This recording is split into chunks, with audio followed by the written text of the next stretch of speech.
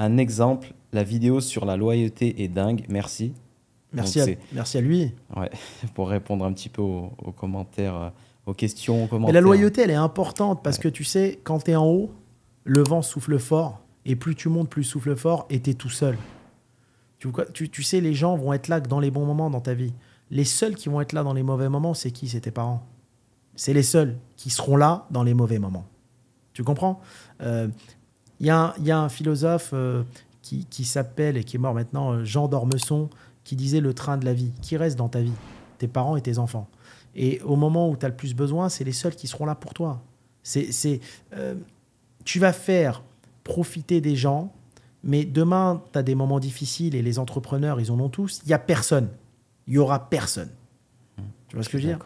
Il n'y aura personne. Tu es tout seul. Donc, il y a un moment donné, quand tout va bien et que tu es tout seul sur ton yacht en train de faire le ouf comme DiCaprio, tu le mérites. Tu n'es pas obligé de faire croquer les gens. Fais croquer ceux qui ont été là dans les moments difficiles. Si ta femme, elle était là en train de dormir dans la voiture avec toi parce que tu n'avais pas un rond et qu'elle est restée, si demain, il y a retour à meilleure fortune, va lui acheter un sac Hermès, elle mérite. Mais va pas faire profiter des gens qui étaient là que dans les moments faciles. Il ne faut jamais oublier les méritants. Les gens, que ce soit les salariés, que ce soit tes amis, que ce soit ta famille, que ce soit ta femme, les gens qui étaient là quand tu étais dans la galère, quand tu n'avais rien. C'est eux qui méritent. C'est normal, une fois que tu es en rôle, c'est tout. Tu as tous les potes que tu veux, tu as toutes les gonzesses que tu veux. Mais il faut penser à ceux qui étaient là dans la difficulté. Ouais. Et malheureusement, il y a trop d'hommes qui oublient ça. Tu vois, moi, j'ai des potes, il y a des femmes qui ont tout construit avec eux.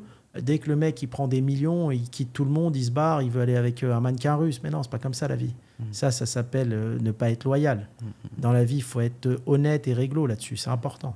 Carrément, carrément. Alors, une question de Issam Sport. Quelle ville investir au Maroc? Marrakech pour moi. Sans hésitation. Sans aucun doute. Ouais. Pour moi, il y a le Maroc et il y a Marrakech. Ok, super. Alors, Yacine qui te pose comme question, que penses-tu du business de niche dans la food?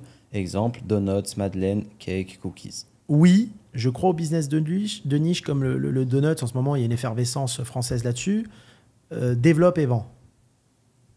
Quand la thématique est trop poussée dans le business de niche, ça ne dure pas. On regarde bien, que ce soit les cookies, que ce soit, ça ne dure pas. Donc développe 2-3 ans et vend. Ok, c'est clair. Ben qui nous dit « Salut, j'aimerais ton avis sur la franchise de kebab au Malo ». Au Malo, c'est une franchise de kebab, mais qui est plus dans les tout petites villes, dans les villages. Alors le chiffre d'affaires moyen est relativement bas. Je crois que c'est 30 000 par mois. J'ai envie de dire, si tu habites dans une petite ville, 10 000 habitants, etc., pourquoi pas? Mais ce n'est pas une franchise qui est connue dans les grandes villes françaises. Après, pareil, étudie les bilans. Le franchiseur demande lui ses bilans à lui, franchiseur, et demande des bilans de tous les franchisés. Et tu vas avec un comptable, si tu ne sais pas lire un bilan, et ça va te coûter 200 € et tu étudies tout. D'accord. D'ailleurs, il y a pas mal d'autres franchises de kebab à ce niveau-là qui proposent des kebabs un peu haut de gamme. Ça, c'est une question personnelle. T'en penses quoi?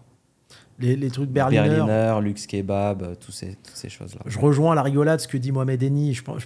Ça va pas durer. Quand je dis ça va pas durer, peut-être à Paris avec des bobos parisiens. Mais moi, j'y crois pas long terme. Déjà, en province, je pense pas que ça va fonctionner parce que quelqu'un en province, il n'a pas envie de manger un kebab à 15 €. C'est pas les mêmes salaires qu'à Paris. Et après, on est trop dans tous les business, quand la thématique est trop poussée, ça dure pas. Tu sais, chez McDo, 80% des ventes, c'est le Big Mac.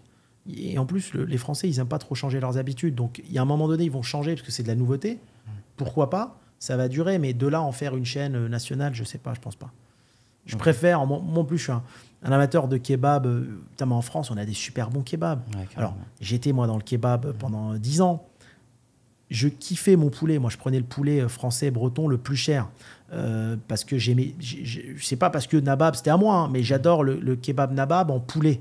En kebab poulet. Ouais. Par contre, de temps en temps, je voulais me faire un kebab veau d'Inde. J'allais chez un pote kurde qui s'appelle Mélodie Garcin-Lazare, qui pour moi est très bon. C'est le vrai kebab turc veau d'Inde. Ou alors chez Anamour à Boulogne, je le dis clairement, hein, quand je veux un kebab avec dedans du veau et de la dinde, j'allais là-bas. La sauce blanche est faite maison, j'aimais bien, tu vois. C'est artisanal, etc. C'est pas ce que nous on fait. Nous, on a développé une chaîne, donc on est obligé d'industrialiser. On peut pas faire de l'artisanal avec une chaîne de partout, c'est très compliqué. Bien sûr, bien sûr. Ok. Voilà.